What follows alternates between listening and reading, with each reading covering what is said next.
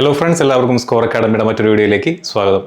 അപ്പോൾ RRB junior engineer എക്സാമിൻ്റെ ഏതൊക്കെ സോണിലാണ് അപ്ലൈ ചെയ്യേണ്ടത് എന്നുള്ള ഒരു വീഡിയോ ഞാൻ ഇന്നലെ ചെയ്തിട്ടുണ്ടായിരുന്നു. അപ്പോൾ അതിൻ്റെ താഴെ കുട്ടികൾ വന്ന് പോസ്റ്റ് അനാലിസിസ്, അതായത് പോസ്റ്റ് പ്രിഫറൻസ് എങ്ങനെ കൊടുക്കണം, ഏതൊക്കെ ട്രേഡുകാർക്ക് ഏതൊക്കെ പോസ്റ്റിലാണ് അപ്ലൈ ചെയ്യാനായിട്ട് പറ്റുക തുടങ്ങിയ ഡൗട്ടുകൾ നമ്മുടെ അടുത്ത് ചോദിക്കുന്നുണ്ടായിരുന്നു.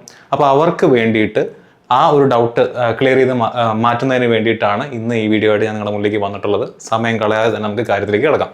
ഓക്കെ, അപ്പോൾ ഇന്നത്തെ സെഷൻ്റെ ഹൈലൈറ്റ്സ് എന്ന് പറഞ്ഞു കഴിഞ്ഞാൽ നമ്മൾ ഇന്നലെ ഡിസ്കസ് ചെയ്ത RRB അറ്റ് എ ഗ്ലാൻസ്, അതായത് ഇന്നലെ ഡിസ്കസ് ചെയ്ത ഏതൊക്കെ RRBയിലാണ് ഒഴിവുകളുള്ളത് അതിനെ നമ്മൾ ഒന്നുകൂടെ പരിചയപ്പെടുന്നുണ്ടായിരിക്കും. അതിനുശേഷം മെഡിക്കൽ സ്റ്റാൻഡേർഡ്സ് എന്ന് പറയുന്ന പലർക്കും ഡൗട്ടുള്ള, എന്നാൽ ഇതിന് മുന്നേ RRBയുടെ എക്സാംസ് എഴുതിയിട്ടുള്ള കുട്ടികൾക്ക്, നമ്മുടെ വീഡിയോയിൽ കണ്ടിട്ടുള്ള കുട്ടികൾക്ക് അറിയാവുന്ന സംഭവമാണ് മെഡിക്കൽ സ്റ്റാൻഡേർഡ് എന്ന് പറയുന്നത്. ഓരോ പോസ്റ്റിനും ആ പോസ്റ്റ് ഡിമാൻഡ് ചെയ്യുന്ന ഏതാനും മെഡിക്കൽ സ്റ്റാൻഡേർഡ്സ് ഉണ്ട്. ആ സ്റ്റാൻഡേർഡ്സ് സാറ്റിസ്ഫൈ ചെയ്താൽ മാത്രമാണ് എക്സാം എഴുതി ക്ലിയർ ചെയ്താലും നിങ്ങൾക്ക് ആ പോസ്റ്റിനകത്ത് ജോലി ചെയ്യാനായിട്ട് പറ്റുള്ളൂ, നിങ്ങൾക്ക് അപ്പോയിൻമെൻറ്റ് ലെറ്റർ കയ്യിൽ കിട്ടുള്ളൂ.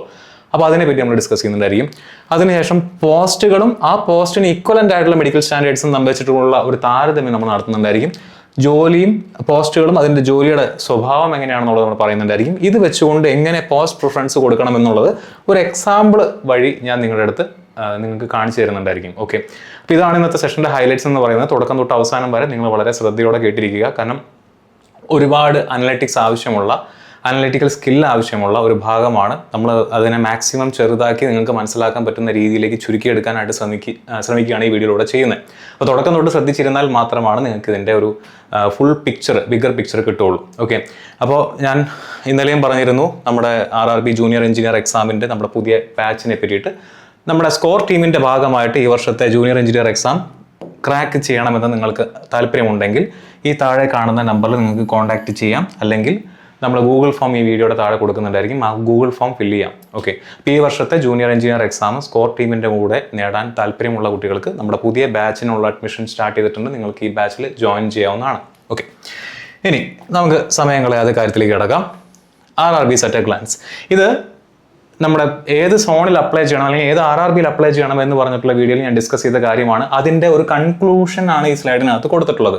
ഞാൻ ഇന്നലെ പറഞ്ഞ 6 RRBകളെയാണ് ഇവിടെ അനാലിസിസിന് വേണ്ടി യൂസ് ചെയ്തിട്ടുള്ളത്. ഇന്നലത്തെ വീഡിയോ കാണാത്ത കുട്ടികളുണ്ടെങ്കിൽ ആ വീഡിയോ പോയി കാണുക. RRB ജൂനിയർ എഞ്ചിനീയർ എക്സാം ഏത് RRBയിൽ അപ്ലൈ ചെയ്യാമെന്ന് പറഞ്ഞുകൊണ്ടാണ് ആ വീഡിയോ ഞാൻ ചെയ്തിട്ടുള്ളത്. അത് കണ്ടതിന് ശേഷം ഈ വീഡിയോ കാണുമ്പോൾ നിങ്ങൾക്ക് കുറച്ചുകൂടെ ഒരു ക്ലാരിറ്റി കിട്ടും. ഓക്കെ, അപ്പോൾ അതിൽ നിന്നും 6 RRBകളെ ഞാൻ സെലക്ട് ചെയ്തിട്ടുണ്ട്. അതിൽ ബാംഗ്ലൂരുവിന് അല്ലെങ്കിൽ ബാംഗ്ലൂരു RRBയിൽ സിവിലുകാർക്ക് അപ്ലൈ ചെയ്യാൻ പറ്റുന്ന ഒഴിവുകളാണ് ഇവിടെ കൊടുത്തിട്ടുള്ളത്. മെക്കാനിക്കലുകാർക്ക് അപ്ലൈ ചെയ്യാൻ പറ്റുന്ന ഒഴിവുകളാണ് ഇവിടെ കൊടുത്തിട്ടുള്ളത്. ECക്കാർക്ക് അപ്ലൈ ചെയ്യാൻ പറ്റുന്ന ഒഴിവുകൾ, കമ്പ്യൂട്ടർ സയൻസ് ITക്കാർക്ക് അപ്ലൈ ചെയ്യാൻ പറ്റുന്ന ഒഴിവുകൾ, അല്ലെങ്കിൽ ഏതെങ്കിലും ഒരു 3 ഇയർ ഡിപ്ലോമ കൈവശമുള്ള ആളുകൾക്ക് അപ്ലൈ ചെയ്യാൻ പറ്റുന്ന ഒഴിവുകൾ. അതാണ് DMS എന്ന് പറഞ്ഞു കഴിഞ്ഞാൽ. ഇനി ഇപ്പുറത്ത് കൊടുത്തിരിക്കുന്നത് CMA എന്ന് പറയുമ്പോൾ BSc ഫിസിക്സും അല്ലെങ്കിൽ കെമിസ്ട്രിയോ കഴിഞ്ഞിട്ടുള്ള ആളുകൾക്ക് അപ്ലൈ ചെയ്യാൻ പറ്റുന്ന പോസ്റ്റാണ് CMA. ഇതിൻ്റെയും ഒഴിവുകളാണ് ഇവിടെ കൊടുത്തിട്ടുള്ളത്. കമ്മ്യൂണിറ്റി വൈസ് ഒഴിവുകൾ ഞാൻ തിരിച്ചിട്ടില്ല, ഇതിൻ്റെ ടോട്ടൽ ഒഴിവുകളാണ് ഞാൻ ഇവിടെ കൊടുത്തിട്ടുള്ളത്. ഓക്കെ, അപ്പോൾ ഇവിടെ നോക്കിയാൽ നിങ്ങൾക്ക് കാണാനായിട്ട് സാധിക്കും, സിവിലുകാർക്ക് ഓൾമോസ്റ്റ് എല്ലാ ഡിപ്പാർട്ട്മെന്റുകാർക്കും ഏറ്റവും നല്ല ഓപ്പർച്യൂണിറ്റിയാണ് ഇവിടെ കൊടുത്തിരിക്കുന്നത്. കൊൽക്കട്ടയിൽ കൊടുത്തിരിക്കുന്നത് ഏറ്റവും കൂടുതൽ ഒഴിവുകളുള്ള 600 ഒഴിവുകളാണ് കൊൽക്കട്ടയിലുള്ളത്. ഓക്കെ, അപ്പോൾ ഇതെല്ലാം കൂടി കൂട്ടുമ്പോൾ 600-ന് മുകളിലുണ്ടെന്ന് പറയരുത്. അത് ഇന്നലത്തെ വീഡിയോ കാണാത്തതിൻ്റെ പ്രശ്നമാണ്. ഇന്നത്തെ വീഡിയോയിൽ ഞാൻ ഡിസ്കസ് ചെയ്തിട്ടുണ്ടായിരുന്നു. സിവിലിൻ്റെ പോസ്റ്റുകൾ, അതുപോലെ തന്നെ മെക്കാനിക്കലിൻ്റെ ഇലക്ട്രിക്കലിൻ്റെ ഒക്കെ പോസ്റ്റുകൾ ആർക്കൊക്കെ അപ്ലൈ ചെയ്യാൻ പറ്റുന്നുള്ള കാര്യം ഓൾറെഡി നമ്മൾ ഡിസ്കസ് ചെയ്ത കാര്യമാണ്. പല കുട്ടികളും നമ്മുടെ അടുത്ത് ഡൗട്ടായിട്ട് ഇപ്പോഴും ചോദിക്കുന്നുണ്ട്, ഞാനൊരു മെക്കാനിക്കൽ സ്റ്റുഡൻ്റ് ആണ്, ഞാൻ അപ്ലൈ ചെയ്യുന്ന സമയത്ത് എനിക്ക് ഇലക്ട്രിക്കലിൻ്റെ പോസ്റ്റുകൾ കയറി വരുന്നുണ്ട്, ഞാൻ ചെയ്തതിൽ എന്തെങ്കിലും പ്രശ്നമുണ്ടോ എന്നൊക്കെ നമ്മൾ ചോദിക്കുന്നുണ്ട്. അങ്ങനെയല്ല, മെക്കാനിക്കൽ അപ്ലൈ ചെയ്യുന്ന കുട്ടികൾക്ക് ഇലക്ട്രിക്കലിൻ്റെ പോസ്റ്റുകൾ നിങ്ങൾക്ക് അപ്ലൈ ചെയ്യാൻ പറ്റുന്നതാണ്. അതുപോലെ തന്നെ ഇലക്ട്രിക്കൽ തിരഞ്ഞെടുക്കുന്ന കുട്ടികൾക്ക് മെക്കാനിക്കലിൻ്റെ പോസ്റ്റുകളും ഇലക്ട്രോണിക്സിൻ്റെ പോസ്റ്റുകളും നിങ്ങൾക്ക് അപ്ലൈ ചെയ്യാനായിട്ട് പറ്റുന്നതാണ്. ഇതൊക്കെ ഇന്നലത്തെ വീഡിയോയിൽ നമ്മൾ ഡീറ്റെയിൽ ആയിട്ട് പറഞ്ഞിട്ടുണ്ട്. ആ വീഡിയോ കാണാത്തവർ അതുകൂടെ ഒന്ന് പോയി കണ്ടു നോക്കുക. ഓക്കെ, അപ്പോൾ കൊൽക്കട്ടയിൽ എല്ലാത്തിനും ഈ പറഞ്ഞ പോലെ ഒഴിവുകളുണ്ട്, നിങ്ങൾക്ക് അവിടെ അപ്ലൈ ചെയ്യാവുന്നതാണ്. ഇനി കമ്പ്യൂട്ടർ സയൻസുകാരെ സംബന്ധിച്ചിടത്തോളം ഏറ്റവും നല്ല ഓപ്പർച്യൂണിറ്റി വരുന്നത് എവിടെ തന്നെയാണ്? നമ്മുടെ ചെന്നൈയിൽ തന്നെയാണ്. ഓക്കെ, ഇനി DMS നോക്കി, അതായത് അതർ ഡിപ്ലോമ, ഈ പറയുന്ന ഇലക്ട്രിക്കലോ മെക്കാനിക്കലോ സിവിലോ ഇലക്ട്രോണിക്സോ കമ്പ്യൂട്ടർ സയൻസോ ITയോ അല്ലാതെ മറ്റേതെങ്കിലും ഒരു ബ്രാഞ്ചിൽ BTechോ മറ്റേതോ എല്ലാം എടുത്തിട്ടുള്ള ആളുകൾക്ക് അപ്ലൈ ചെയ്യാൻ പറ്റുന്ന പോസ്റ്റുകൾ ഏറ്റവും കൂടുതലുള്ളത് ഇവിടെ തന്നെയാണ്, കൊൽക്കട്ട തന്നെയാണ്. ഇനി EEEക്കാർക്ക് നല്ല ഓപ്ഷൻ വരുന്നത് കൊൽക്കട്ട തന്നെയാണ്. നിങ്ങൾക്ക് ചെന്നൈയും അപ്ലൈ ചെയ്യാം, അല്ലെങ്കിൽ മുംബൈയും അപ്ലൈ ചെയ്യാം. അപ്പോൾ ഈ 3 RRBs ആണ് നിങ്ങൾ പ്രിഫറബിളി സെലക്ട് ചെയ്യേണ്ടത്. ബാക്കി ബാംഗ്ലൂരു, സെക്കന്ദരാബാദ്, അതുപോലെ തന്നെ ട്രിവാൻഡ്രം, ഇതിനകത്തൊന്നും ഒഴിവുകൾ കാര്യമായിട്ടില്ല.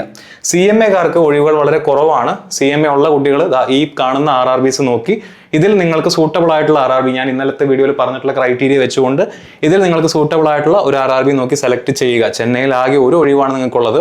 അടുത്ത് കിടക്കുന്നതിൽ പിന്നെ ഉള്ളത് ബാംഗ്ലൂരാണ്, 13 ഒഴിവുകളുണ്ട്. കൊൽക്കത്ത 18 ഒഴിവുണ്ട്. നോർത്ത് ഇന്ത്യയിൽ വർക്ക് ചെയ്യാൻ താല്പര്യമുണ്ടെങ്കിൽ ചണ്ഡീഗഡിൽ കൊടുക്കാം, 24 ഒഴിവുകളോളം അവിടെയുണ്ട്. ഓക്കെ, ഇതാണ് നിങ്ങൾ വേക്കൻസി ചാർട്ട് വെച്ചുകൊണ്ട് RRBസിനെ സെലക്ട് ചെയ്യുമ്പോൾ നിങ്ങളുടെ ട്രേഡിന് നിങ്ങൾക്ക് ലഭിക്കുന്ന ഒഴിവുകളുടെ ഒരു ഗ്ലാൻസ് ആണ് ഞാനിവിടെ കൊടുത്തുള്ളത്, ഒരു ഗ്ലിംസ് ആണ് ഞാനിവിടെ കാണിച്ചു തന്നിട്ടുള്ളത്. ഇതിൽ നിന്നും ഏത് RRB സെലക്ട് ചെയ്യണമെന്നുള്ളൊരു ധാരണയിൽ നിങ്ങൾ എത്തിപ്പെട്ട് കാണും. ഓക്കെ, നമ്മുടെ നെക്സ്റ്റ് സ്റ്റെപ്പ് എന്താണ്? ഒരു RRB ഇപ്പം ഇതിനകത്തുനിന്ന് ഞാൻ ചെന്നൈ ആണ് സെലക്ട് ചെയ്യുന്നതെന്ന് വിചാരിക്കുക. അപ്പോൾ ചെന്നൈ RRB സെലക്ട് ചെയ്ത് കഴിഞ്ഞാൽ ചെന്നൈ RRBയിൽ ഞാൻ സിവിലുകാരാണെങ്കിൽ എനിക്ക് എത്ര പോസ്റ്റ് അപ്ലൈ ചെയ്യാനായിട്ട് പറ്റും, മെക്കാനിക്കൽ ആണെങ്കിൽ എത്ര പോസ്റ്റ് പറ്റും, ഓട്ടോമൊബൈൽ ആണെങ്കിൽ എത്ര പോസ്റ്റ് പറ്റും, ഇലക്ട്രിക്കൽ ആണെങ്കിൽ എത്ര പറ്റും, ഇലക്ട്രോണിക്സ് ആണെങ്കിൽ എത്ര പറ്റും, കമ്മ്യൂണിക്കേഷൻ ആണെങ്കിൽ എത്ര പറ്റും, കമ്പ്യൂട്ടർ സയൻസ് ആണെങ്കിൽ എത്ര പറ്റും, അല്ലേ? അപ്പോൾ ആ ഒരു അനാലിസിസ്, ഇനി ആ പോസ്റ്റുകൾ എനിക്ക് ഇപ്പോൾ ഞാൻ ഇലക്ട്രിക്കൽ ആണെന്നുണ്ടെങ്കിൽ എനിക്ക് ഇത്രയും പോസ്റ്റുകൾ അപ്ലൈ ചെയ്യാനായിട്ട് പറ്റും. സപ്പോസ് എനിക്ക് 14 പോസ്റ്റുകളാണ് ചെന്നൈയിൽ ഒരു ഇലക്ട്രിക്കൽ കാൻഡിഡേറ്റിന് അപ്ലൈ ചെയ്യാനായിട്ട് പറ്റുന്നത്. അതിലും വേരിയേഷൻ വരും. 14 പോസ്റ്റുകൾ നിങ്ങൾ റിസർവേഷൻ ഉള്ള ആളുകളാണെങ്കിൽ 14 പോസ്റ്റാണ്, നിങ്ങൾ UR ആണെന്നുണ്ടെങ്കിൽ 13 പോസ്റ്റാണ്. കാരണം ഒരു പോസ്റ്റിന് എന്തില്ല, UR വേക്കൻസി ഇല്ല. അപ്പോൾ അങ്ങനത്തെ സിറ്റുവേഷൻസ് ഒക്കെ വരാം, മനസ്സിലാവുന്നുണ്ടോ? അപ്പോൾ അതൊക്കെ നമുക്ക് ഈ വീഡിയോയിൽ നമ്മൾ ഡിസ്കസ് ചെയ്യുന്നുണ്ടായിരിക്കും. അപ്പോൾ അതെല്ലാം മനസ്സിലാക്കി ആ 14 പോസ്റ്റ് ആണെങ്കിൽ 14 പോസ്റ്റ്, ഇനി ആ പോസ്റ്റിന് എങ്ങനെ പ്രിഫറൻസ് കൊടുക്കണം, ഈ പോസ്റ്റുകൾ എന്താണ് ഡിമാൻഡ് ചെയ്യുന്നത്, ഇതിൻ്റെ ജോലിയുടെ സ്വഭാവം എന്താണ്, ഇതിൻ്റെ മെഡിക്കൽ സ്റ്റാൻഡേർഡ് എന്താണ്, അതുകൂടെ നമ്മൾ ഇതിനകത്ത് ഡിസ്കസ് ചെയ്യുന്നുണ്ടായിരിക്കും. അപ്പോൾ ഈ ഭാഗം ക്ലിയർ ആയി കാണുമെന്ന് വിശ്വസിക്കുന്നു. ഞാൻ നേരത്തെ പറഞ്ഞ പോലെ മുന്നത്തെ വീഡിയോ കാണാത്തവർ ആ വീഡിയോ കണ്ടതിന് ശേഷം ഇവിടെ നിന്ന് അങ്ങോട്ട് ബാക്കി ഭാഗം കാണാനായിട്ട് ശ്രദ്ധിക്കുക. നമുക്ക് അടുത്ത സ്ലൈഡിലേക്ക് കടക്കാം. Medical standards. മെഡിക്കൽ സ്റ്റാൻഡേർഡ്സിനെ പറ്റി ഞാൻ ആദ്യമേ പറഞ്ഞോട്ടെ. നമ്മുടെ സ്കോർ റെയിൽവേ മലയാളത്തിൻ്റെ യൂട്യൂബ് ചാനലിൽ ഒരു 31 മിനിറ്റ് ദൈർഘ്യമുള്ളൊരു വീഡിയോ ഞാൻ 9 മാസം മുന്നേ ചെയ്തതാണ്. ഒരുപാട് കുട്ടികൾ കണ്ടതാണ്, ഒരുപാട് കുട്ടികൾക്ക് ഉപകാരപ്രദമായതാണ്.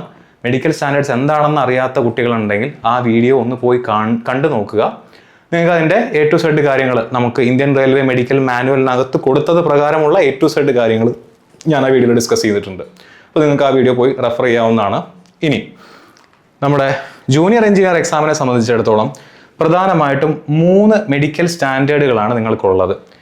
A3 എന്ന് പറയുന്ന ഒരു മെഡിക്കൽ സ്റ്റാൻഡേർഡ് ഉണ്ട്, B1 ഉണ്ട്, C1 ഉണ്ട്. ഓക്കെ, A3യിൽ എന്താണ് പറയുന്നത്? അല്ലെങ്കിൽ 3ലും ജനറൽ ഫിറ്റ്നസ് റിക്വയർഡ് ആണ്. ജനറൽ ഫിറ്റ്നസ് വേണമെന്നാണ് അവർ പറയുന്നത്. എന്താണ് ഈ ജനറൽ ഫിറ്റ്നസ് എന്ന് പറഞ്ഞു കഴിഞ്ഞാൽ, നിങ്ങൾ CBT1 ഇതിൻ്റെ എക്സാമിനേഷൻ സ്റ്റേജുകൾ നിങ്ങൾക്ക് അറിയാമെന്ന് ഞാൻ വിശ്വസിക്കുന്നു. Tier 1 കമ്പ്യൂട്ടർ ബേസ്ഡ് ടെസ്റ്റ് ആണ്, Tier 2 മറ്റൊരു കമ്പ്യൂട്ടർ ബേസ്ഡ് ടെസ്റ്റ് ആണ്. Tier 2 ക്വാളിഫൈ ആയി കഴിഞ്ഞാൽ വേക്കൻസിയുടെ അത്ര തന്നെ ആളുകളെ, അതിന് തതുല്യമായിട്ടുള്ള നമ്പർ ഓഫ് കാൻഡിഡേറ്റ്സിന് എന്ത് ചെയ്യുന്നു, ഡോക്യുമെന്റ് വെരിഫിക്കേഷന് വേണ്ടിയിട്ടുള്ള ഷോർട്ട് ലിസ്റ്റിൽ ഇടം പിടിക്കുന്നു. നിങ്ങൾ ഡോക്യുമെന്റ് വെരിഫിക്കേഷന് പോയി, നിങ്ങളുടെ ഡോക്യുമെന്റ്സ് എല്ലാം സെറ്റ് ആണെന്നുണ്ടെങ്കിൽ നിങ്ങൾക്ക് ആ ഡോക്യുമെന്റ് വെരിഫിക്കേഷൻ്റെ അന്ന് തന്നെ നിങ്ങളുടെ മെഡിക്കൽ എക്സാമിനേഷനുള്ള ഡേറ്റും അതിനുള്ള എവിടെയാണ് മെഡിക്കൽ എക്സാമിനേഷൻ കണ്ടക്ട് ചെയ്യാൻ പോകുന്നത് തുടങ്ങിയ കാര്യങ്ങളെല്ലാം നിങ്ങൾക്ക് അന്ന് തന്നെ അറിയാനായിട്ട് സാധിക്കും. മോസ്റ്റ് പ്രോബബ്ലി DV കഴിഞ്ഞതിൻ്റെ പിറ്റേ ദിവസം തന്നെയായിരിക്കും നിങ്ങളുടെ മെഡിക്കൽ എക്സാമിനേഷൻ എന്ന് പറഞ്ഞാൽ. അവിടെ ചെന്നിപ്പെടുമ്പോൾ നിങ്ങളുടെ A to Z കാര്യങ്ങൾ അവർ ചെക്ക് ചെയ്യും. നിങ്ങളുടെ BP ചെക്ക് ചെയ്യും, ഷുഗർ ചെക്ക് ചെയ്യും, അങ്ങനെയുള്ള എല്ലാ കാര്യങ്ങളും ചെക്ക് ചെയ്യും. അപ്പോൾ അതിനെയാണ് physically fit in all respects എന്നുള്ള രീതിയിൽ ഞാനിവിടെ കൊടുത്തിട്ടുള്ളത്. ഓക്കെ, ഇനി അപ്പോൾ ഈ മെഡിക്കൽ സ്റ്റാൻഡേർഡ് എന്താണ്? ഇതെല്ലാത്തിനും ബാധകമാണ്, ഇതെല്ലാത്തിനും ചെക്ക് ചെയ്യും. A3, B1, C1 എന്താണ്? A3 എന്ന് പറയുമ്പോൾ പ്രധാനമായിട്ടും ഇവരോട് ചെക്ക് ചെയ്യുന്നത് കണ്ണിൻ്റെ നിങ്ങളുടെ കാഴ്ച ശക്തി വെച്ചിട്ടുകൊണ്ടാണ് ഈ A3, B1, C1 പ്രധാനമായിട്ടും അവർ ക്ലാസിഫൈ ചെയ്തിരിക്കുന്നത്. ബാക്കി എല്ലാത്തിനും physical fit in all respects എന്നുള്ളത് ബാക്കി എല്ലാത്തിനും ബാധകമാണ്. ഇവിടെ A3യും B1ഉം C1ഉം തമ്മിൽ മാറ്റം വരുന്നത് എന്താണ്? കണ്ണിൻ്റെ കാഴ്ചശക്തിയാണ്. അതിവിടെ വ്യക്തമായിട്ട് അവർ എഴുതിയിട്ടുണ്ട്. ഡിസ്റ്റൻസ് വിഷൻ 6/9 രണ്ട് കണ്ണിനും, with or without glass. Specs ഉപയോഗിച്ചോ ഉപയോഗിക്കാതെയോ നിങ്ങൾക്ക് 6/9 ഉണ്ടായാൽ മതി. ഇനി സ്പെക്സ് യൂസ് ചെയ്യുന്ന ആളുകളാണെന്നുണ്ടെങ്കിൽ നിങ്ങളുടെ പവർ 2 ഡയോപ്റ്ററിന് മുകളിൽ പോകാനായിട്ട് പാടില്ല. ഇതാണ് ഡിസ്റ്റൻസ് വിഷൻ്റെ കേസ്. നിയർ വിഷനും അതുപോലെ ക്രൈറ്റീരിയ പറഞ്ഞിട്ടുണ്ട്. ഇതിനപ്പുറത്ത് നിങ്ങൾ പലരും ചെക്ക് ചെയ്യാത്തൊരു കാര്യമായിരിക്കും നിങ്ങളുടെ colour vision, binocular vision, night vision, mesopic vision തുടങ്ങിയ സംഭവങ്ങൾ. ഇതുകൂടെ ഒന്ന് ചെക്ക് ചെയ്ത് നോക്കുന്നത് നല്ലതാണ്. നിങ്ങൾ എത്രയും പെട്ടെന്ന് തന്നെ ഒരു മെഡിക്കൽ ഷോപ്പിൽ ചെന്നുകൊണ്ട് നിങ്ങളുടെ ഈ പറഞ്ഞ പോലെ, മെഡിക്കൽ ഷോപ്പിലല്ല, ഈ പറഞ്ഞ പോലെ കണ്ണിൻ്റെ ഒരു ആശുപത്രിയിൽ ചെന്നുകൊണ്ട് നിങ്ങളുടെ ഈ ക്രൈറ്റീരിയാസിൽ ഏതിലാണ് നിങ്ങൾ പെടുക എന്നുള്ളത് എത്രയും പെട്ടെന്ന് തന്നെ ഒന്ന് ചെക്ക് ചെയ്ത് വെക്കുന്നത് നല്ലതാണ്. തുടക്കത്തിൽ തന്നെ അത് അറിയുന്നത് നല്ലതാണ്. പോസ്റ്റ് പ്രിഫറൻസ് കൊടുക്കുമ്പോൾ നിങ്ങൾക്ക് അതനുസരിച്ച് എന്ത് ചെയ്യാം, കൊടുക്കാനായിട്ട് പറ്റും. അപ്പോൾ നിങ്ങൾ colour vision, binocular vision, night vision, mesopic vision തുടങ്ങിയവ നിങ്ങൾ എന്ത് ചെയ്യണം, ക്ലിയർ ചെയ്യണം. ഇങ്ങനത്തെ വിഷൻസ് എല്ലാം നോർമൽ ആയിരിക്കണം. നിയർ വിഷൻ പക്കയായിരിക്കണം. ഡിസ്റ്റൻസ് വിഷൻ പക്കയായിരിക്കണം. അതിനകത്ത് കണ്ണട വെക്കുന്നതിൽ തെറ്റില്ല, പക്ഷെ അവർ വ്യക്തമായിട്ട് പറഞ്ഞിട്ടുണ്ട് 2 ഡയോപ്റ്ററിൽ കൂടാനായിട്ട് പാടില്ല എന്ന് പറഞ്ഞിട്ടുണ്ട്. ഓക്കെ, അത്രയാണ് A3 എന്ന് പറയുന്ന മെഡിക്കൽ സ്റ്റാൻഡേർഡിൻ്റെ പ്രത്യേകത. ഇനി A3ക്ക് മറ്റൊരു പ്രശ്നമുണ്ട്. നിങ്ങൾ ലേസർ സർജറി യൂസ് ചെയ്തിട്ടുള്ള, ലാസിക് ഉപയോഗിച്ചിട്ടുള്ള ആളുകളാണെന്നുണ്ടെങ്കിൽ നിങ്ങൾക്ക് A3 അപ്ലൈ ചെയ്യാനായിട്ട് പറ്റില്ല. A3ക്ക് നിങ്ങൾ എലിജിബിൾ അല്ല.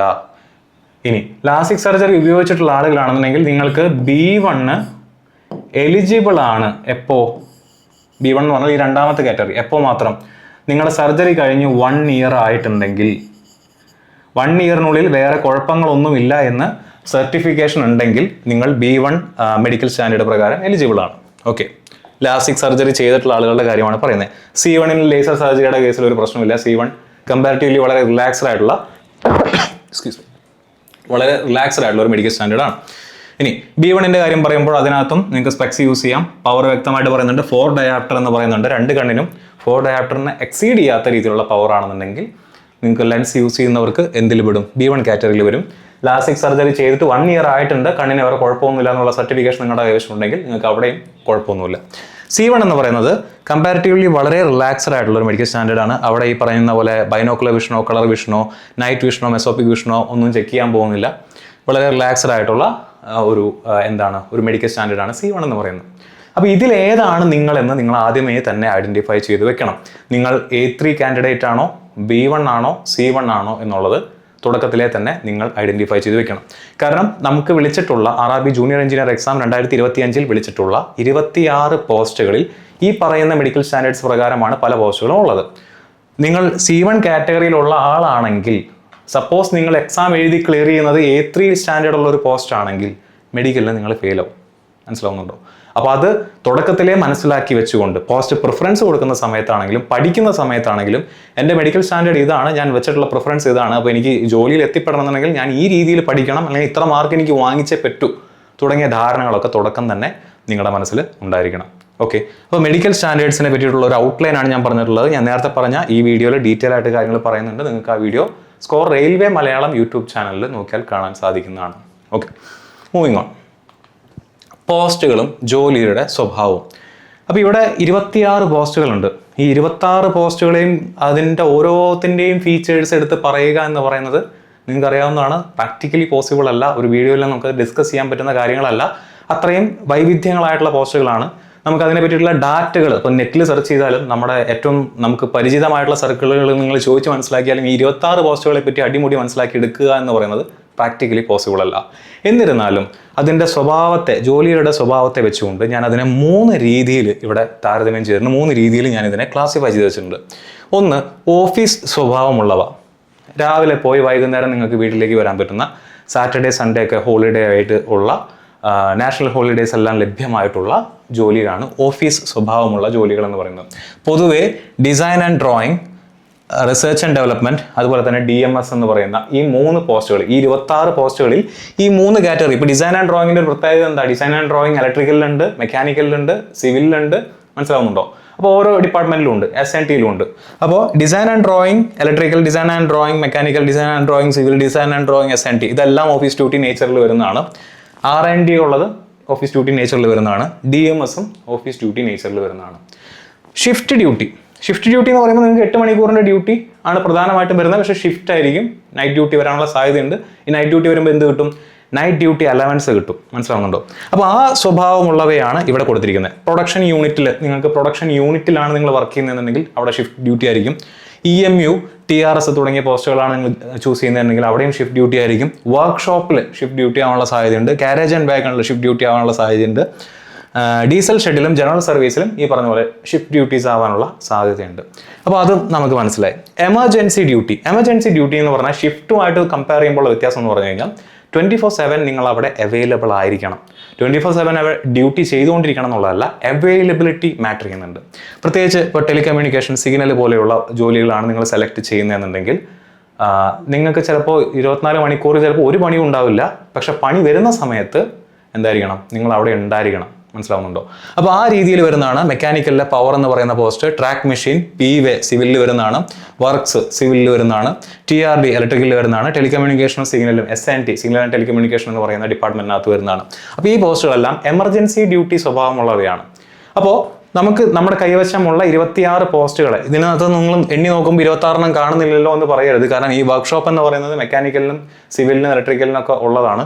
നേരത്തെ പറഞ്ഞ ഒരു ഡ്രോയിങ് ഈ പറഞ്ഞ എല്ലാത്തിനും ഉള്ളതാണ്. ഡീസൽ ഷെഡിൽ വേറെ പോസ്റ്റുകൾ ഉള്ളതാണ്. ജനറൽ സർവീസ് എല്ലാ ട്രേഡിനും ഈ പറഞ്ഞ പോലെ ഉള്ളതാണ്. അപ്പോൾ അതുകൊണ്ടാണ് ഇത്രയും ചുരുക്കം നമ്പേഴ്സ് ഞാൻ അവിടെ കാണിച്ചിട്ടുള്ളത്. മനസ്സിലാവുന്നുണ്ടോ? നിങ്ങളുടെ ട്രേഡ് ഏതാണെന്ന് മനസ്സിലാക്കിയിട്ട് ആ ട്രേഡിന് അനുയോജ്യമായിട്ടുള്ള കാറ്റഗറി നിങ്ങൾ എന്ത് ചെയ്യുക, നിങ്ങൾ തന്നെ കമ്പാർട്ട്മെന്റലൈസ് ചെയ്യുക. ഇവിടെ കാണിക്കുന്നതിന് പരിമിതികളുണ്ട്. ഓക്കെ, അപ്പോൾ ഈ രീതിയിൽ നമുക്ക് ജോലിയുടെ സ്വഭാവത്തെ എന്ത് ചെയ്യാം, മാറ്റാം. ജോലിയുടെ സ്വഭാവം അനുസരിച്ചിട്ട് നമ്മുടെ പോസ്റ്റുകളെ തരംതിരിക്കാം. ആ ഭാഗവും ക്ലിയർ ആയി കാണും. മെഡിക്കൽ സ്റ്റാൻഡേർഡും ക്ലിയർ ആയി കാണും. ഇനി അടുത്തത് പോസ്റ്റുകളും മെഡിക്കൽ സ്റ്റാൻഡേർഡും. ഇവിടെ ഞാൻ ഓരോ ഡിപ്പാർട്ട്മെന്റ് തിരിച്ചുകൊണ്ട് ആ ഡിപ്പാർട്ട്മെന്റിൽ ഏതൊക്കെ പോസ്റ്റാണ് വരുന്നത് എന്നുള്ളതും അതിൻ്റെ മെഡിക്കൽ സ്റ്റാൻഡേർഡ് എന്താണെന്നുള്ളതാണ് പ്രധാനമായിട്ടും ഇവിടെ കാണിക്കാനായിട്ട് പോകുന്നത്.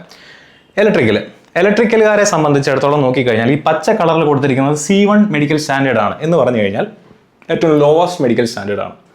നിങ്ങൾക്ക് ഒട്ടുമിക്കപ്പെട്ട ആളുകൾക്കും ഈ വീഡിയോ കാണുന്നുണ്ടെങ്കിൽ, നിങ്ങൾ കേൾക്കുന്നുണ്ടെങ്കിൽ നിങ്ങൾക്ക് അപ്ലൈ ചെയ്യാൻ പറ്റുന്ന പോസ്റ്റാണ് C1 എന്ന് പറയുന്നത്. ആ രീതിയിൽ നിങ്ങൾ ആലോചിച്ചാൽ മതി. Medical standard ലിബറലാണ്. ചുവപ്പെന്ന് പറഞ്ഞാൽ A3 കുറച്ച് കട്ടിയാണ്. ഞാൻ നേരത്തെ പറഞ്ഞ പോലെ ലേസർ ചെയ്യാൻ പാടില്ല. സ്പെക്സ് യൂസ് ചെയ്തുകൊണ്ട് 6/9 വരണം. യൂസ് ചെയ്യാതെയോ 6/9 വരണം. അപ്പോൾ അതുകൊണ്ട് ഞാൻ അതിന് റെഡ് കളറിൽ കൊടുത്തു. B1 മെഡിക്കൽ സ്റ്റാൻഡേർഡ് റിലാക്സ്ഡ് ആണ്, എന്നാൽ C1 അത്ര റിലാക്സ്ഡ് അല്ല. അപ്പോൾ ഇലക്ട്രിക്കലുകാർക്ക് അപ്ലൈ ചെയ്യാൻ പറ്റുന്ന 5 പോസ്റ്റുകളിൽ 2 ലിബറൽ മെഡിക്കലാണ്, 2 കുറച്ച് കട്ടിയാണ്, 1 എന്താണ് കമ്പാരിറ്റീവ്ലി സേഫ് ആണ്, അല്ലെങ്കിൽ ഒരു മോഡറേറ്റ് ലെവലിൽ നിൽക്കുന്നതാണ്. അപ്പോൾ ഇതനുസരിച്ചുകൊണ്ട് നിങ്ങൾക്ക് ഇലക്ട്രിക്കലാണ് നിങ്ങൾ എടുക്കുന്നതെന്നുണ്ടെങ്കിൽ, അല്ലെങ്കിൽ ഇലക്ട്രിക്കലിലെ പോസ്റ്റുകൾ നിങ്ങൾ പ്രിഫറൻസ് കൊടുക്കുമ്പോൾ നിങ്ങളുടെ മെഡിക്കൽ സ്റ്റാൻഡേർഡ് ഏതാണെന്ന് മനസ്സിലാക്കി കഴിഞ്ഞാൽ നിങ്ങൾക്ക് അതനുസരിച്ച് എന്ത് ചെയ്യാം, പ്രിഫറൻസ് കൊടുക്കാം. ഓക്കെ, അപ്പോൾ ഇലക്ട്രിക്കലിനെയാണ് ഞാൻ ഇപ്പോൾ ഇവിടെ കാണിച്ചത്. ഇനി എഞ്ചിനീയറിംഗിനെ നോക്കുകയാണെന്നുണ്ടെങ്കിൽ എഞ്ചിനീയറിംഗിന് PV ബ്രിഡ്ജ് A3 ആണ് വരുന്നത്. ട്രാക്ക് മെഷീൻ A3 ആണ് വരുന്നത്. ഈവൻ ദോ ട്രാക്ക് മെഷീൻ സിവിലുകാരുടെ എഞ്ചിനീയറിംഗ് ഡിപ്പാർട്ട്മെന്റിനകത്താണ് വരുന്നതെന്നുണ്ടെങ്കിലും അവിടെ ആർക്ക് അപ്ലൈ ചെയ്യാൻ പറ്റില്ല, സിവിലുകാർക്ക് അപ്ലൈ ചെയ്യാൻ പറ്റില്ല. ഞാൻ ഇന്നലെ കാണിച്ചതെന്നാണ്, അതിനെപ്പറ്റി പറഞ്ഞതാണ്. ഓക്കെ, വർക്ക്ഷോപ്പ് ഞാൻ പറഞ്ഞില്ലേ, സിവിലിന് വർക്ക്ഷോപ്പ് വരുന്നുണ്ട്, സിവിലിൽ വർക്ക്സ് വരുന്നുണ്ട്, സിവിലിൽ ഡിസൈൻ ഡ്രോയിങ് ആൻഡ് എസ്റ്റിമേഷൻ വരുന്നുണ്ട്. ഇത് രണ്ടും C1 കാറ്റഗറിയാണ്. വർക്ക്സ് വരുന്നത് B1 ആണ്. 6ാമത്തെ PVയും ട്രാക്ക് മെഷീനും വരുന്നത് A3 മെഡിക്കൽ സ്റ്റാൻഡേർഡ് ആണ്. ഓക്കെ, ഇനി മെക്കാനിക്കലിന് ഏകദേശം 10 പോസ്റ്റുകളാണ് വരുന്നത്. അതിൽ ഏറ്റവും കൂടുതൽ മെഡിക്കൽ സ്റ്റാൻഡേർഡ് ഡിമാൻഡ് ചെയ്യുന്നത് JE മെക്കാനിക്കൽ പവർ എന്ന് പറയുന്ന കാറ്റഗറി നമ്പർ 13 പോസ്റ്റാണ്. കാരേജ് ആൻഡ് വാഗൺ B1 ആണ് വരുന്നത്. ഇവിടെയും ഡിസൈൻ ആൻഡ് വർക്ക്ഷോപ്പ് വരുന്നുണ്ട്, C1 ആണ് വരുന്നത്. ഇവിടെയും വർക്ക്ഷോപ്സ് വേറെ 2 വരുന്നുണ്ട്, C1 ആണ് വരുന്നത്. വെൽഡറിന് C1 ആണ് വരുന്നത്. മറ്റൊരു വർക്ക്ഷോപ്പ് C1 ആണ് വരുന്നത്.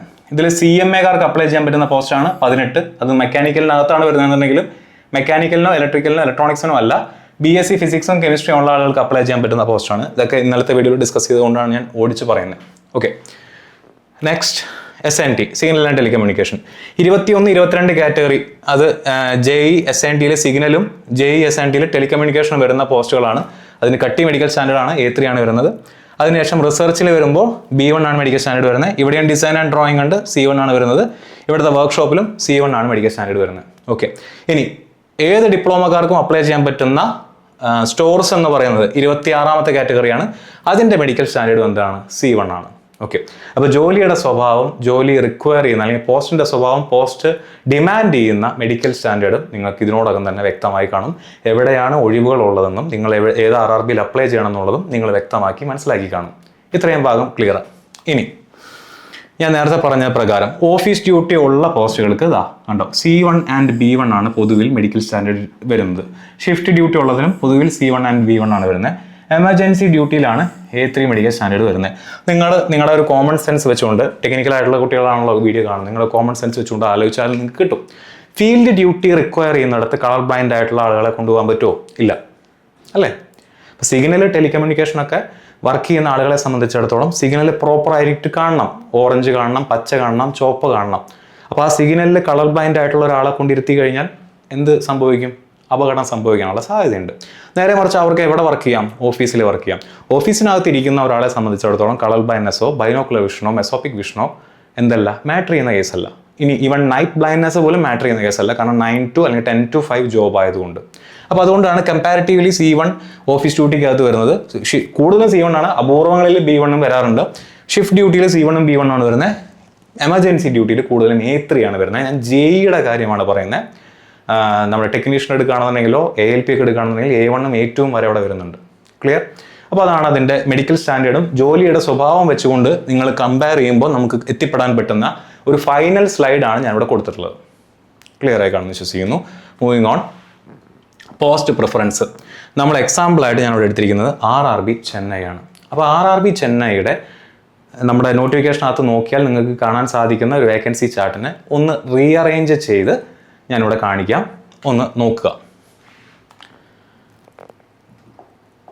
അപ്പോൾ ഇവിടെ നോക്കിക്കഴിഞ്ഞാൽ നിങ്ങൾക്ക് കാണാനായിട്ട് സാധിക്കും RRB JEയിൽ കാറ്റഗറി നമ്പർ 2 തൊട്ടാണ് സ്റ്റാർട്ട് ചെയ്യുന്നത്.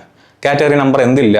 1 ഇല്ല. അപ്പോൾ കാറ്റഗറി നമ്പർ 1 എന്ന് പറയുന്ന JE ഇലക്ട്രിക്കൽ എന്ന് പറയുന്ന post എവിടെയില്ല? RRB ചെന്നൈയിലില്ല.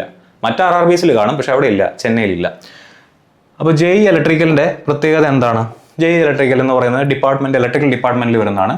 EMU and TRS ആണ്. EMU and TRS എന്ന് പറയുന്ന എമർജൻസി അല്ലെങ്കിൽ ആ ഒരു കാറ്റഗറിയിൽ വരുന്ന ആയതുകൊണ്ട് തന്നെ A3 ആണ് അതിൻ്റെ മെഡിക്കൽ സ്റ്റാൻഡേർഡ് വരുന്നത്. ഇതിനുള്ള ആകെ ഒഴിവ് 9 ഒഴിവാണ് ഈ പോസ്റ്റിന് RRB ചെന്നൈയിലുള്ളത്. അതിൽ ജനറൽ ഒഴിവ് അല്ലെങ്കിൽ അൺറിസർവ്ഡ് ഒഴിവ് എന്ന് പറയുന്നത് 4 ആണ്. SC-കാർക്ക് 1 ഒഴിവുണ്ട്, STക്ക് 3 ഒഴിവുണ്ട്, OBCക്ക് 1 ഒഴിവുണ്ട്, EWSന് ഒഴിവില്ല. 9 വേക്കൻസിയാണുള്ളത്. ഈ രീതിയിൽ 26 പോസ്റ്റുകളെയും ഞാൻ RRB ചെന്നൈയുടെ ബേസിസിലൂടെ കൊടുത്തിട്ടുണ്ട്. നോട്ടിഫിക്കേഷനകത്തും ഇതേ ചാർട്ടുണ്ട്, പക്ഷെ നോട്ടിഫിക്കേഷനിൽ എന്തില്ല? ഈ മെഡിക്കൽ സ്റ്റാൻഡേർഡ് ആ ചാർട്ടിനകത്ത് നിങ്ങൾക്ക് കാണാനായിട്ട് സാധിക്കില്ല. ഞാൻ എക്സ്ട്രാ ആഡ് ചെയ്ത് തന്നാണ് നിങ്ങൾക്ക് താരതമ്യത്തിന് വേണ്ടി. ഓക്കെ, ഇലക്ട്രിക്കൽ TRD A3 മെഡിക്കലാണ്, 7 ഒഴിവാണ് ഉള്ളത്. 4 JE ഇലക്ട്രിക്കൽ ജനറൽ സർവീസ്. ഇവിടെ ഞാൻ പറഞ്ഞ കാര്യം നിങ്ങളൊന്ന് ആലോചിച്ച് വയ്ക്കുക. ഞാൻ തുടക്കത്തിൽ പറഞ്ഞിട്ടുണ്ടായിരുന്നു, നിങ്ങൾ ഇലക്ട്രിക്കലാണ് RRB ചെന്നൈയിലാണ് നിങ്ങൾ അപ്ലൈ ചെയ്യുന്നതെങ്കിൽ നിങ്ങൾക്ക് 13 പോസ്റ്റുകളാണ് കിട്ടുക. എപ്പോൾ നിങ്ങൾ അൺറിസർവ്ഡ് കാറ്റഗറിയിലുള്ള ആളാണെന്നുണ്ടെങ്കിൽ. എന്താ കാരണം? ഇവിടെ നോക്കുക, JE ഇലക്ട്രിക്കൽ ജനറൽ സർവീസിൽ അൺറിസർവ്ഡ് വേക്കൻസി എത്രയാണ്? 0 ആണ്.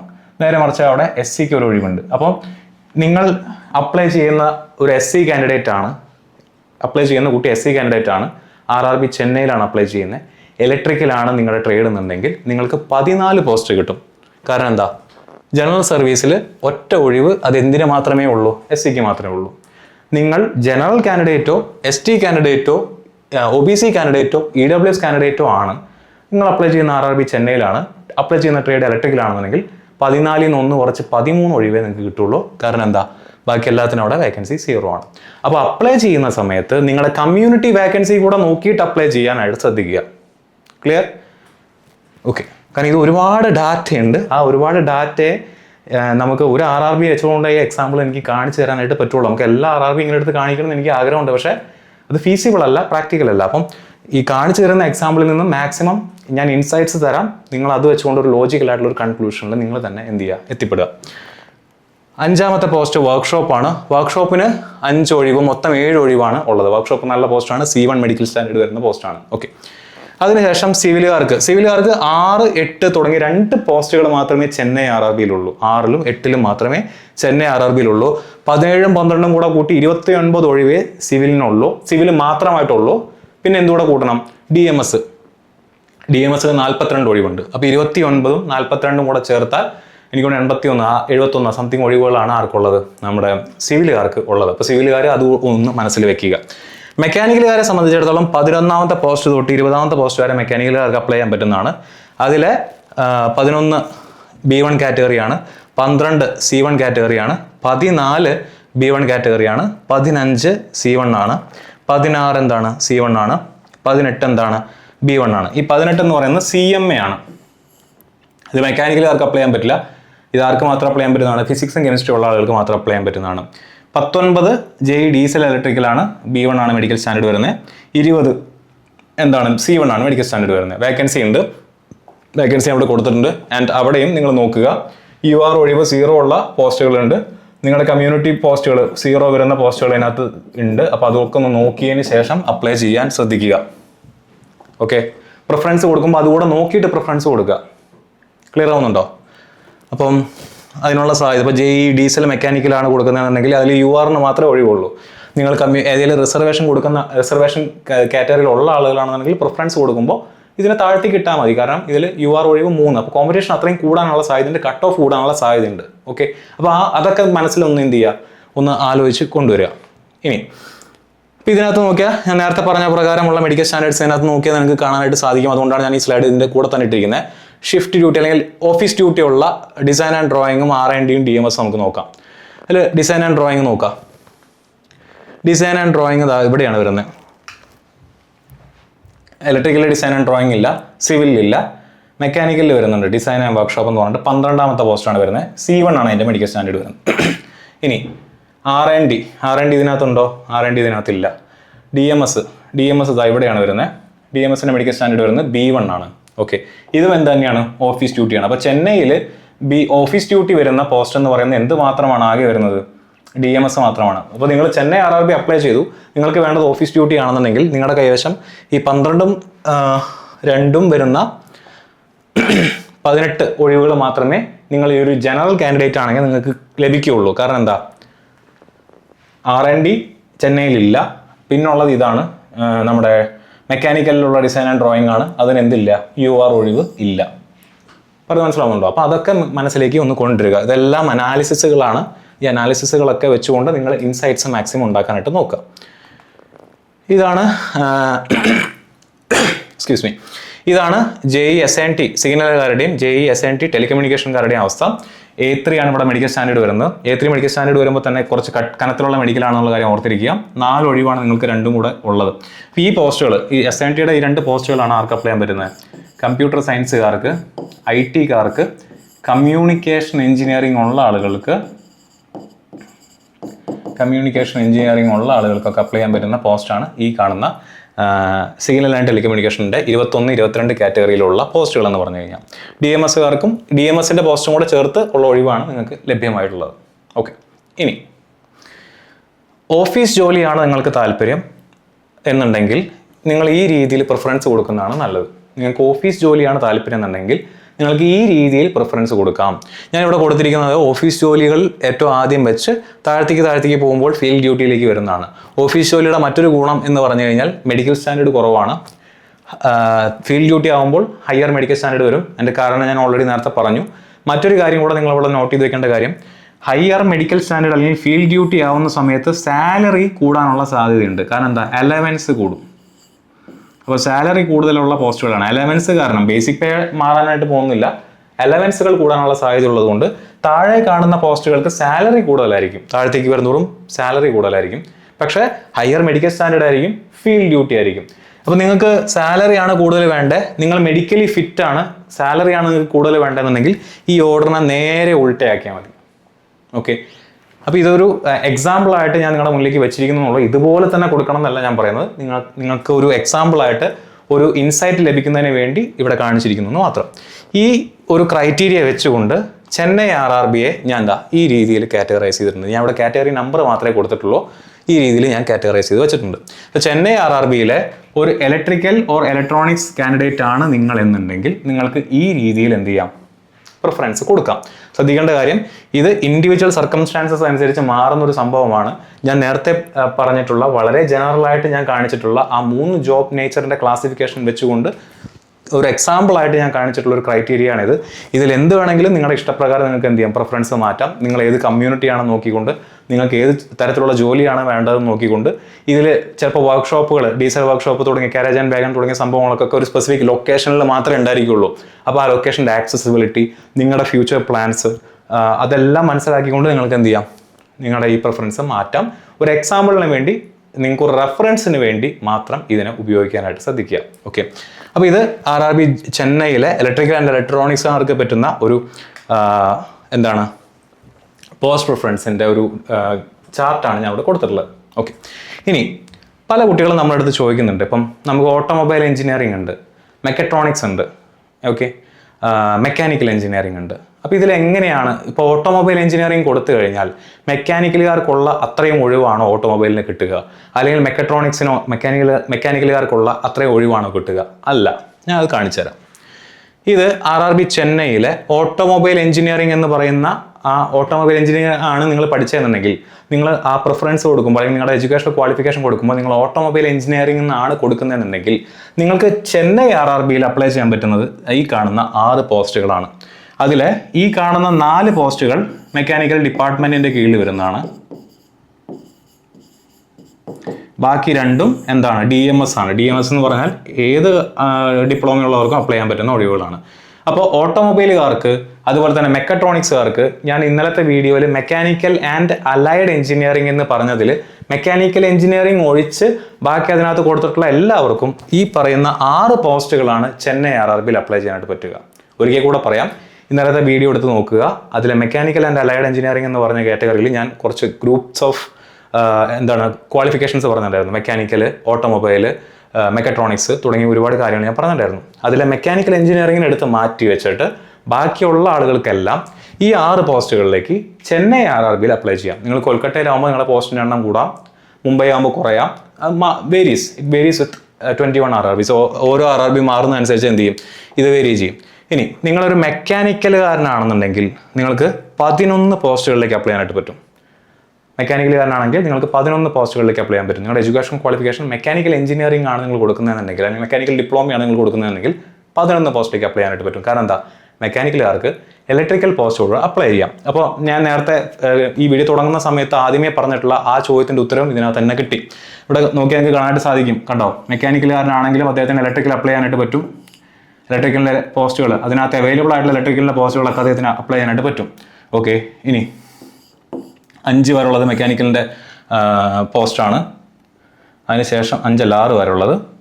സോറി, ഇത് കാറ്റഗറി അല്ല, സെൽ നമ്പറാണ്. കാറ്റഗറി നോക്കുക. കാറ്റഗറിയിൽ 5 വരെയുള്ളത് ഇലക്ട്രിക്കലിൻ്റെ പോസ്റ്റുകളാണ്. അത് 3 ആർക്ക് അപ്ലൈ ചെയ്യാനായിട്ട് പറ്റും, മെക്കാനിക്കൽ അപ്ലൈ ചെയ്യാനായിട്ട് പറ്റും. 11 മുതൽ 20 വരെയുള്ളത് മെക്കാനിക്കൽ ഡിപ്പാർട്ട്മെൻറ്റ് കീഴിൽ വരുന്നതാണ്. അതെല്ലാം അദ്ദേഹത്തിന് അപ്ലൈ ചെയ്യാനായിട്ട് പറ്റും. 26 വരുന്ന DMS അദ്ദേഹത്തിന് അപ്ലൈ ചെയ്യാനായിട്ട് പറ്റും. ആർക്ക്? മെക്കാനിക്കലാണെന്നുണ്ടെങ്കിൽ. ഇനി കുറച്ച് പേര് നമ്മുടെ അടുത്ത് ചോദിക്കാറുണ്ട്, ആണ് പഠിച്ചത്, ഇലക്ട്രോണിക്സ് ആൻഡ് കമ്മ്യൂണിക്കേഷൻ ആണ് പഠിച്ചത്. അപ്പോൾ ഇലക്ട്രോണിക്സ് അല്ലെങ്കിൽ നമ്മൾ ഈ പറയുന്ന ക്വാളിഫിക്കേഷൻ കൊടുക്കുന്നിടത്ത് നോക്കിക്കഴിഞ്ഞാൽ ഇലക്ട്രോണിക്സ് എഞ്ചിനീയറിംഗ് ഉണ്ട്, കമ്മ്യൂണിക്കേഷൻ എഞ്ചിനീയറിംഗ് ഉണ്ട്. ഏതാണ് കൊടുക്കേണ്ടത്? തീർച്ചയായിട്ടും നിങ്ങൾ കൊടുക്കേണ്ടത് ഇലക്ട്രോണിക്സ് എഞ്ചിനീയറിംഗ് ആണ്, കമ്മ്യൂണിക്കേഷൻ എഞ്ചിനീയറിംഗ് അല്ല. കാര്യം കാണിച്ചു തരാം. ഇത് ഇലക്ട്രിക്കലുകാർക്കും ഇലക്ട്രോണിക്സുകാർക്കും അപ്ലൈ ചെയ്യാൻ പറ്റുന്ന പോസ്റ്റുകളാണ്. 13 പോസ്റ്റുകളാണ് ഇവിടെ കൊടുത്തിട്ടുള്ളത്. ഞാൻ നേരത്തെ പറഞ്ഞ പോലെ SC കാൻഡിഡേറ്റ് ആണെന്നുണ്ടെങ്കിൽ നിങ്ങളുടെ 14 പോസ്റ്റുകളിലേക്ക് അപ്ലൈ ചെയ്യാൻ പറ്റും. ഇലക്ട്രിക്കലിൻ്റെ ജനറൽ സർവീസ് കൂടെ നിങ്ങൾക്ക് ഒരു ബോണസ് ആയിട്ട് കിട്ടും. വേറൊരു കമ്മ്യൂണിറ്റിക്കും അത് ചെന്നൈയിൽ കിട്ടുന്നതല്ല. ഇത് ഇലക്ട്രിക്കലിനും ഇലക്ട്രോണിക്സിനും നിങ്ങൾ ഇലക്ട്രിക്കൽ എഞ്ചിനീയറിംഗ് എന്ന് പറഞ്ഞ ട്രേഡ് കൊടുത്താലോ ഇലക്ട്രോണിക്സ് എഞ്ചിനീയറിംഗ് എന്ന് പറഞ്ഞിട്ട് നിങ്ങൾ എഡ്യൂക്കേഷൻ ക്വാളിഫിക്കേഷൻ കൊടുത്താലോ നിങ്ങൾക്ക് RRB ചെന്നൈയിൽ അപ്ലൈ ചെയ്യാൻ പറ്റുന്ന ടോട്ടൽ നമ്പർ ഓഫ് പോസ്റ്റുകളുടെ എണ്ണമാണ് ഇവിടെ കൊടുത്തിരിക്കുന്നത്. ഇതിൽ ഞാൻ നേരത്തെ പറഞ്ഞ പോലെ ഓഫീസ് ഡ്യൂട്ടി പ്രിഫറൻസോ ഫീൽഡ് ഡ്യൂട്ടി പ്രിഫറൻസോ കൊടുത്തിട്ട് വെച്ചുകൊണ്ട് നിങ്ങൾ എന്ത് ചെയ്യുക? ഇവിടെ ഇങ്ങനെ പ്ലസ് ബട്ടൺ ഞെക്കി പോയി കഴിഞ്ഞാൽ അപ്പുറത്തെ സൈഡിലേക്ക് പ്രിഫറൻസ് വരുന്നതായിരിക്കും. 1, 2, 3 എന്ന് പറഞ്ഞിട്ട് പ്രിഫറൻസ് വരുന്നതായിരിക്കും. ക്ലിയർ? ഇനി നിങ്ങൾ കമ്മ്യൂണിക്കേഷനാണ് കൊടുക്കുന്നതെന്നുണ്ടെങ്കിൽ നിങ്ങൾ എലിജിബിൾ ആയിട്ടുള്ളത് ആകെ ഈ 4 പോസ്റ്റുകൾക്കാണ്. ഈ 2 പോസ്റ്റുകൾ എന്ന് പറയുന്നത് ഏതിനാണ്? Signal and ടെലികമ്മ്യൂണിക്കേഷൻ്റെ 2 പോസ്റ്റുകളാണ്. ഈ 2 പോസ്റ്റുകൾ എന്ന് പറയുന്നത് DMSൻ്റെ പോസ്റ്റാണ്. ഈ കമ്മ്യൂണിക്കേഷൻ എഞ്ചിനീയറിംഗിന് അവൈലബിൾ ആയിട്ടുള്ള പോസ്റ്റുകൾ തന്നെയാണ് കമ്പ്യൂട്ടർ സയൻസുകാർക്കും അവൈലബിൾ ആയിട്ടുള്ളത്. ഇത് തന്നെയാണ് IT-കാർക്കും അവൈലബിൾ ആയിട്ടുള്ളത്. അപ്പോൾ നിങ്ങൾ ചെന്നൈ RRBയിൽ IT ആണ് വെക്കുന്നതെന്നുണ്ടെങ്കിൽ നിങ്ങൾക്ക് ഈ 4 പോസ്റ്റുകൾ അപ്ലൈ ചെയ്യാം. ചെന്നൈ RRBയിൽ കമ്പ്യൂട്ടർ സയൻസ് ആണ് വെക്കുന്നതെന്നുണ്ടെങ്കിൽ നിങ്ങൾക്ക് ഈ 4 പോസ്റ്റുകൾക്ക് അപ്ലൈ ചെയ്യാം. ചെന്നൈ RRBയിൽ കമ്മ്യൂണിക്കേഷൻ ആണ് വെക്കുന്നതെന്നുണ്ടെങ്കിൽ നിങ്ങൾക്ക് ഈ 4 പോസ്റ്റുകളിലേക്ക് അപ്ലൈ ചെയ്യാനായിട്ട് സാധിക്കും. ക്ലിയർ? ഇനി സിവിലാണെങ്കിലും നിങ്ങൾക്ക് 4 പോസ്റ്റാണ് അപ്ലൈ ചെയ്യാൻ പറ്റുന്നത്. കാറ്റഗറി നമ്പർ 6, കാറ്റഗറി നമ്പർ 8, അതുപോലെ തന്നെ കാറ്റഗറി നമ്പർ 26ൻ്റെ ഈ 2 എണ്ണം ICF-ലേക്കുള്ളതും അതുപോലെ തന്നെ സദേൺ റെയിൽവേക്കുള്ള ഈ 2 പോസ്റ്റുകളും ചേർത്ത് 4 പോസ്റ്റുകളാണ് സിവിലുകാർക്കും അപ്ലൈ ചെയ്യാനായിട്ട് പറ്റുന്നത്. ഓക്കെ, അപ്പോൾ ഇത്രയാണ് ഈ പറയുന്ന പോസ്റ്റ് പ്രിഫറൻസിൻ്റെ കാര്യത്തിലും പോസ്റ്റ് അനാലിസിസിൻ്റെ കാര്യത്തിലും എനിക്ക് നിങ്ങളുടെ അടുത്ത് പ്രധാനമായിട്ടും പറയാനായിട്ടുള്ളത്. ഓക്കെ, ഞാൻ ഓൾറെഡി അപ്പോൾ ഏത് RRBയിൽ അപ്ലൈ ചെയ്യണമെന്നുള്ളതും വെച്ചുകൊണ്ടും ഏതൊക്കെ പോസ്റ്റുകൾ പ്രിഫറൻസ് കൊടുക്കണമെന്നുള്ളതും 2 വീഡിയോസിലായിട്ട് ചെയ്തിട്ടുണ്ട്. പോസ്റ്റിൻ്റെ കാര്യത്തിലും സോണിൻ്റെ കാര്യത്തിലും നിങ്ങൾക്ക് ക്ലാരിറ്റി കിട്ടിക്കാണുമെന്നാണ് ഞാൻ വിശ്വസിക്കുന്നത്. ബാക്കി എന്തൊക്കെ കാര്യങ്ങളാണ് നിങ്ങൾക്ക് സംശയങ്ങളുള്ളതെന്നുണ്ടെങ്കിൽ ഇന്ന് വൈകുന്നേരം വരുന്ന വെബിനാറിനകത്ത് നിങ്ങളെല്ലാവരും പാർട്ടിസിപ്പേറ്റ് ചെയ്യുക. നിങ്ങളുടെ സംശയങ്ങൾ നിങ്ങളവിടെ ചോദിക്കുക. നമുക്ക് ആ കൈയോടെ തന്നെ ക്ലിയർ ചെയ്ത് പോകാൻ പറ്റുന്ന ഡൗട്ടുകളാണെങ്കിൽ ആ ലൈവിൽ തന്നെ ഞാൻ ക്ലിയർ ചെയ്ത് തരാം. അതല്ല റെഫർ ചെയ്ത് പറയേണ്ട കാര്യങ്ങളാണെന്നുണ്ടെങ്കിൽ റെഫർ ചെയ്തതിന് ശേഷം നിങ്ങൾക്ക് മറ്റൊരു വീഡിയോയിലൂടെയോ അല്ലെങ്കിൽ മെസ്സേജ് മുഖാന്തരമോ അല്ലെങ്കിൽ നമ്മുടെ ടെലഗ്രാം ചാനലിലെ ചാറ്റ് റൂമിലോ നിങ്ങൾക്ക് അപ്ഡേറ്റ്സ് തരുന്നതായിരിക്കും. ഓക്കെ, ഞാൻ ഒരിക്കൽ കൂടെ പറയുന്നു, ഈ വർഷത്തെ RRB junior engineer exam score ടീമിൻ്റെ കൂടെ നിങ്ങൾക്ക് ക്രാക്ക് ചെയ്യണമെന്ന് താല്പര്യമുണ്ടെങ്കിൽ നമ്മുടെ കോഴ്സുകൾ പുതിയ ബാച്ചുകൾ ലൈവായിട്ടുണ്ട്. എത്രയും പെട്ടെന്ന് തന്നെ നിങ്ങൾ എന്ത് ചെയ്യുക, ഈ കാണുന്ന നമ്പറിൽ കോൺടാക്ട് ചെയ്യുക, അല്ലെങ്കിൽ ഈ വീഡിയോയുടെ കൂടെ പ്രൊവൈഡ് ചെയ്യുന്ന ഗൂഗിൾ ഫോമിൽ നിങ്ങൾ എന്ത് ചെയ്യാം, ഫോം ഫില്ല് ചെയ്യുക. ഓക്കെ, ഈ അപ്ഡേറ്റ് വീഡിയോസ് ഞാൻ നിങ്ങളുടെ മുന്നിലേക്ക് തരുമ്പോൾ തന്നെ നിങ്ങൾക്ക് അറിയാവുന്നതാണ് നമ്മൾ എത്രത്തോളം എഫേർട്ടുകളാണ് ഇത്തരത്തിൽ അപ്ഡേറ്റ്സ് നിങ്ങളുടെ മുന്നിലേക്ക് എത്തിക്കുന്നതിന് വേണ്ടി ചെയ്യുന്നത്. തുടക്കം മുതൽ തന്നെ നിങ്ങൾക്ക് വ്യക്തമായിട്ടൊരു ദിശാബോധം തന്നുകൊണ്ട് ഈ എക്സാം ക്രാക്ക് ചെയ്യുന്നതിന് വേണ്ടിയിട്ടുള്ള ഓരോ കാര്യങ്ങളും ചെയ്തു തരാൻ സ്കോർ ടീം എന്നും നിങ്ങളുടെ കൂടെ ഉണ്ടായിരിക്കും. അപ്പോൾ അത് മുന്നിൽ കണ്ടുകൊണ്ട്, അത് മനസ്സിൽ കണ്ടുകൊണ്ട് നിങ്ങൾ എന്ത് ചെയ്യുക, നമ്മുടെ ടീമിൻ്റെ ഭാഗമാവാൻ താല്പര്യമുണ്ടെങ്കിൽ, നമ്മുടെ ഫാമിലിയുടെ ഭാഗമാവാൻ താല്പര്യമുണ്ടെങ്കിൽ നിങ്ങൾക്ക് എന്ത് ചെയ്യാവുന്നതാണ്, നമ്മുടെ കോഴ്സ് പർച്ചേസ് ചെയ്യാവുന്നതാണ്. എല്ലാവർക്കും മറ്റൊരു വീഡിയോയിൽ നമുക്ക് വീണ്ടും കാണാം.